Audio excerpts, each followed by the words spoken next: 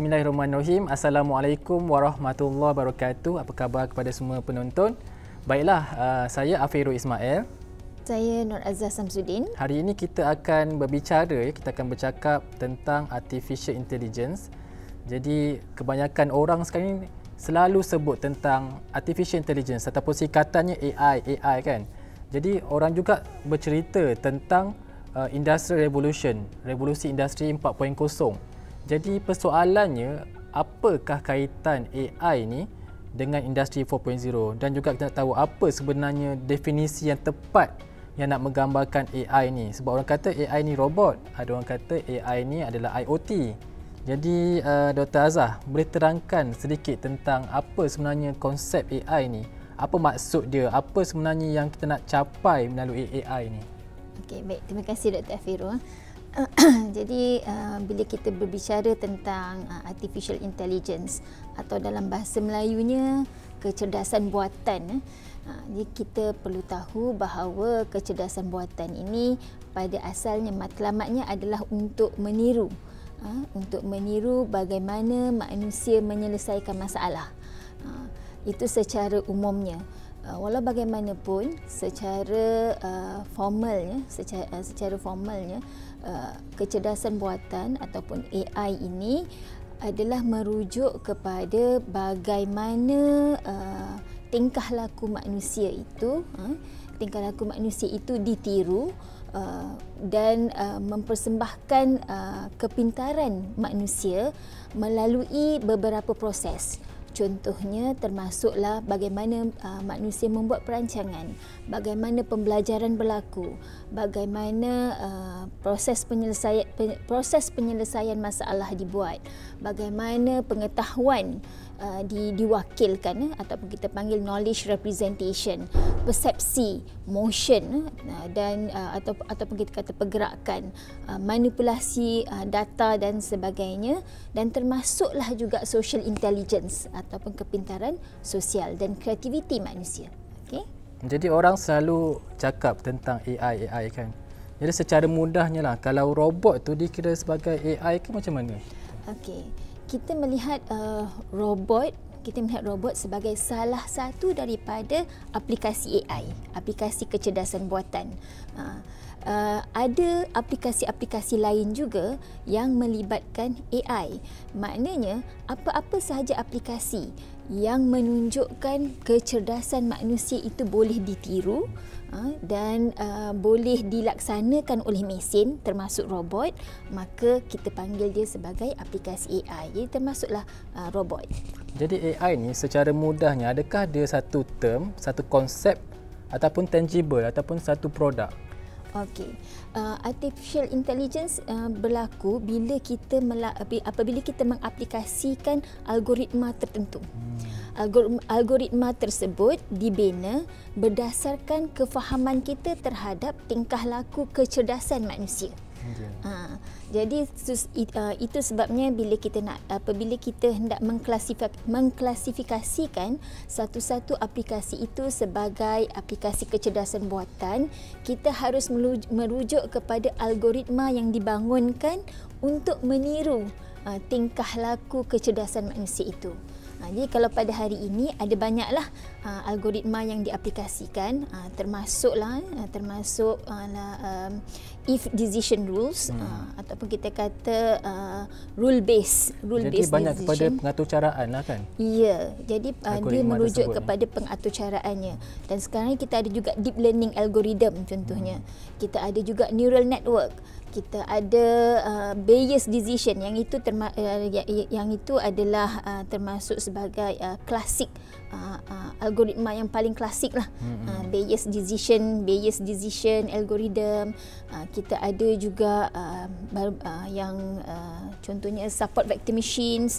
Ada banyaklah algoritmanya yang kita aplikasikan ke arah meniru tingkah laku kecerdasan manusia. Jadi saya ada tonton satu video di YouTube ni tentang Arab Saudi. Mereka mencipta satu robot namanya Sophia. Okay. Jadi Dr. Azhar boleh terangkan tak apa sebenarnya Sophia ni adalah satu AI, adalah salah satu aplikasi AI. Jadi macam mana robot Sofia ni berfungsi menggunakan konsep AI tersebut? Okey. Setahu saya tentang Sofia ni ialah dia punya matlamat aplikasi tersebut adalah untuk membolehkan manusia terus berinteraksi.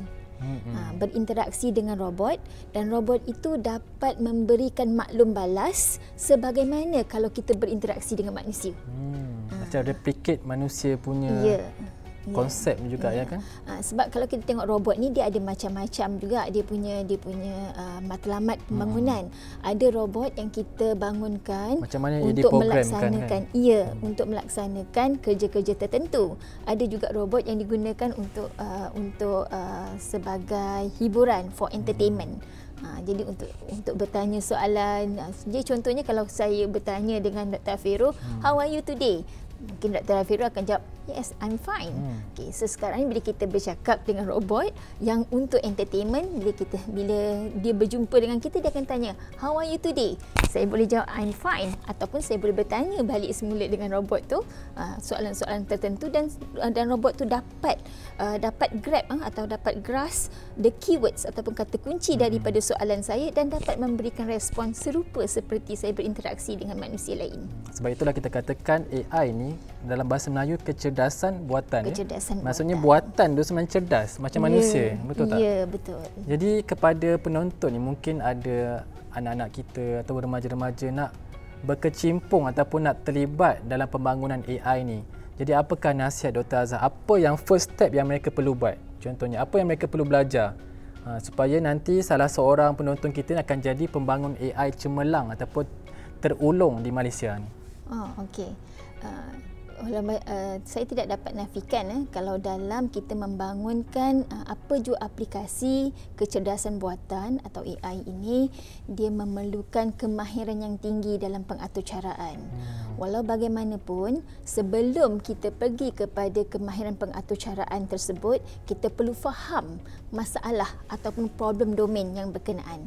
Contohnya kalau dalam perubatan, medical diagnosis, jadi kita perlu faham apa sebenarnya peraturan ataupun reasoning yang digunakan oleh pakar-pakar perubatan untuk diagnose sesuatu penyakit. Jadi contohnya kalau untuk diagnose bahawa seseorang itu menghidap kanser, contohnya, mungkin kita akan melihat simptom-simptomnya. Jadi simptom-simptom itu perlu difahami. Jadi kerana simptom-simptom tersebut akan menjadi asas kepada peraturan-peraturan ke arah membuat keputusan. Jadi dalam medical diagnostic applications, AI digunakan untuk translate kan simptom-simptom yang digunakan oleh pakar-pakar perubatan untuk diagnose sesuatu penyakit. Itu contohnya dalam perubatan. Kalau dalam sektor manufacturing, pengeluaran, mungkin kita perlu tahu apakah proses-proses ataupun input yang digunakan untuk membuat perancangan apabila kita manufacture satu-satu produk. Okay. Contohnya mungkin kita akan buat analisis tentang customer demand, mungkin kita akan buat analisis tentang quality demand dan sebagainya. Jadi itu akan menjadi asas kepada peraturan ataupun kepada input kepada algoritma yang kita akan gunakan untuk menghasilkan satu aplikasi AI. Ada banyak lagi lah contoh-contoh lain yang kita boleh tengok. Kalau dalam sektor pendidikan contohnya, kita akan tengok bagaimana sesuatu keputusan dibuat, sama ada calon itu layak atau tidak layak untuk masuk ke mana-mana institusi pengajian tinggi contohnya. Jadi peraturan yang digunakan oleh kementerian ataupun IPT yang berkenaan akan menjadi asas kepada pembangunan aplikasi AI dalam hal tersebut. Jadi sebenarnya yang melakukan kerja-kerja tugasan kita ni dah digantikan dengan AI ya? Ya. Dr. Azhar tadi tentang pengaturcaraan tentang programming tu. Jadi boleh bagi beberapa contoh pengaturcaraan yang macam mana yang perlu kita belajar supaya kita ni mahir dalam pembangunan AI ni? Okey, apabila kita merujuk kepada bahasa pengaturcaraan yang digunakan, sememangnya ada banyaklah, dan yang terkini yang kita kata masih lagi evergreen, mungkin Java dan juga Python. Walau bagaimanapun saya tidak nafikan bahasa pengaturcaraan yang lain masih boleh digunakan, tidak salah. Malahan ada juga sesetengah platform yang telah dibangunkan oleh organisasi tertentu yang lebih memudahkan. Maknanya kita hanya perlu masukkan data sahaja, kemudian akan keluar keputusannya. Jadi contohnya kalau daripada Microsoft, kita ada Microsoft Azure Machine Learning. Jadi ada itu adalah contohnya lah. Kalau sebelum-sebelum ni mungkin ada yang pernah guna bahasa pengaturcaraan Visual Basic. Pun tidak salah. Sebenarnya apa yang kita kena faham ialah algoritma untuk membangunkan aplikasi itu, apakah yang nak dimasukkan sebagai input dan apakah expected output daripada kita punya aplikasi AI itu. Jadi itu sahajalah perkongsian kita tentang artificial intelligence ni, AI ni. Dr. Azhar pun dah terangkan macam mana kita boleh bermula. Jadi kepada penonton kalau nak bermula berkecimpung dalam pembangunan AI ini, contohnya adik-adik di sekolah ya, yang masih lagi di bangku sekolah, yang merasakan bahawa mereka nak menjadi saintis data ya, ataupun expert dalam AI ni, bolehlah mencuba bermula dengan pengaturcaraan yang mudah, contohnya Python dan sebagainya lah. Banyak sangat software-software yang berada di pasaran ni, dan saya rasa perkongsian kita berakhir setakat ini saja, dan insya-Allah kalau ada masa next time, masa akan datang, kita akan berbincang pula dengan konsep-konsep ataupun topik-topik yang lebih menarik ya. Yeah. Jadi Dr. Azhar ada apa-apa lagi? Saya akan kata akhirnya lah saya akan kata beginilah. Adalah baik untuk anda, untuk kita semua cuba melihat potensi AI.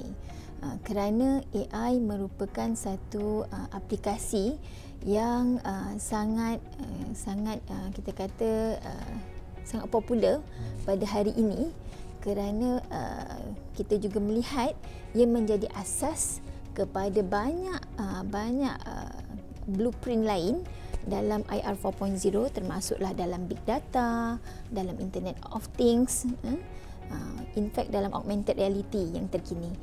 Jadi adalah baik untuk kita cuba untuk meneroka apa itu AI dan bagaimana ia dapat dilaksanakan secara berkesan dalam penyelesaian masalah. Ya, terima kasih kepada semua penonton. Terima kasih Dr. Azhar.